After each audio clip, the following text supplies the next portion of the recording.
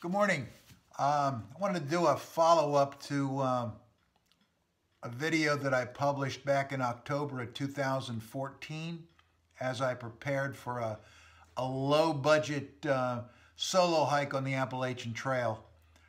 The goal of the hike was to hike 36 or 40 miles, between 36 and 40 miles, starting on the New Jersey side of the Delaware Water Gap and hiking south to Walnut Port, Pennsylvania.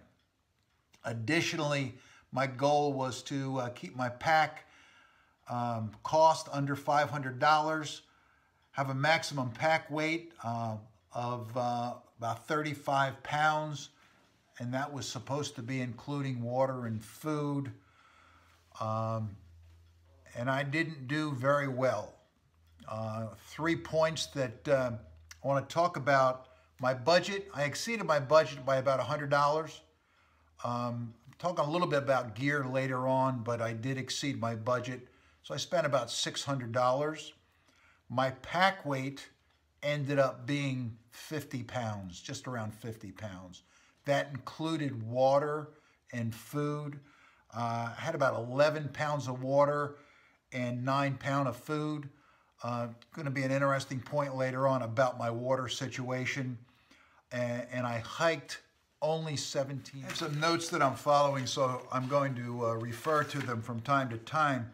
As far as my budget, exceeding it by $100, really the majority of those extra costs came into some extra clothing that I purchased.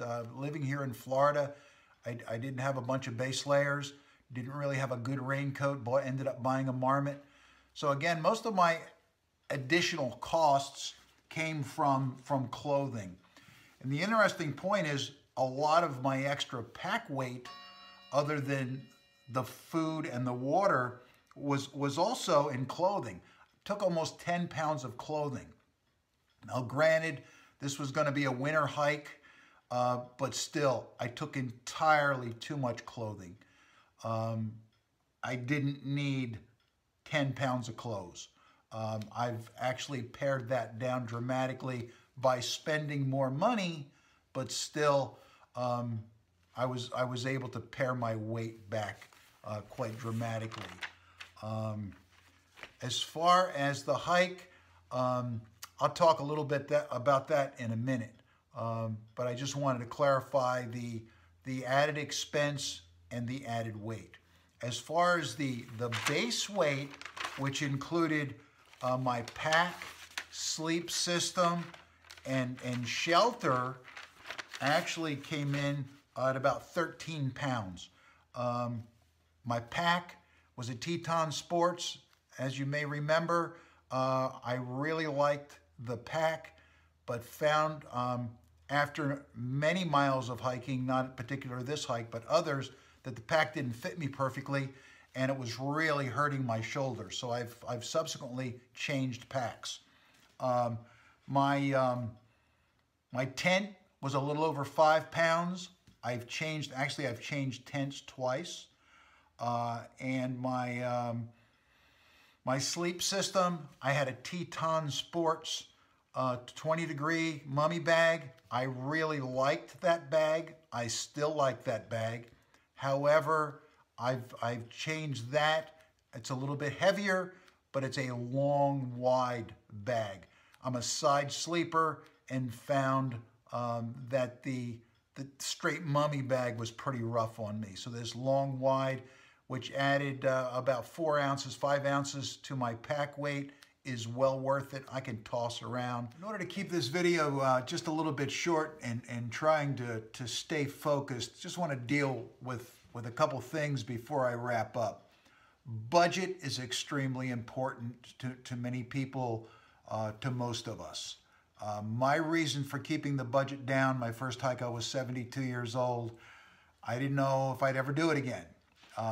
Subsequently, I've walked over the past year over 112 miles, and you'll be hearing more about it, but I'm about to do 100 miles in the spring, June of 2016, but you'll hear more about that. As far as the budget,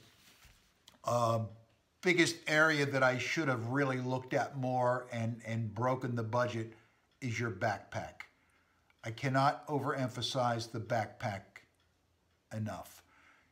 You have to go to an outfitter. When I ended up going to REI, there's not many of those around, especially in Florida. There's one in Jacksonville, but other parts of the country, especially more up north, or maybe even out west, there's a lot of outfitters. Go to an outfitter and get your pack fitted to you. My new pack is an Osprey Ether 70. So again, keeping in mind with your budget, your pack weight, your planning, I wouldn't recommend setting a goal of 30 miles, 2 nights on the trail, solo for your first hike. I did that. I fell way short. I'm going to be talking about that in the next video. And I'm going to be talking a little bit about living in Florida. Not a lot of hills, not a lot of mountains. So I'll be talking a little bit about the training that I was doing prior to the hike that I set out for. So hopefully this video, this recap, helped some of you a little bit, and I look forward to seeing you and talking with you soon.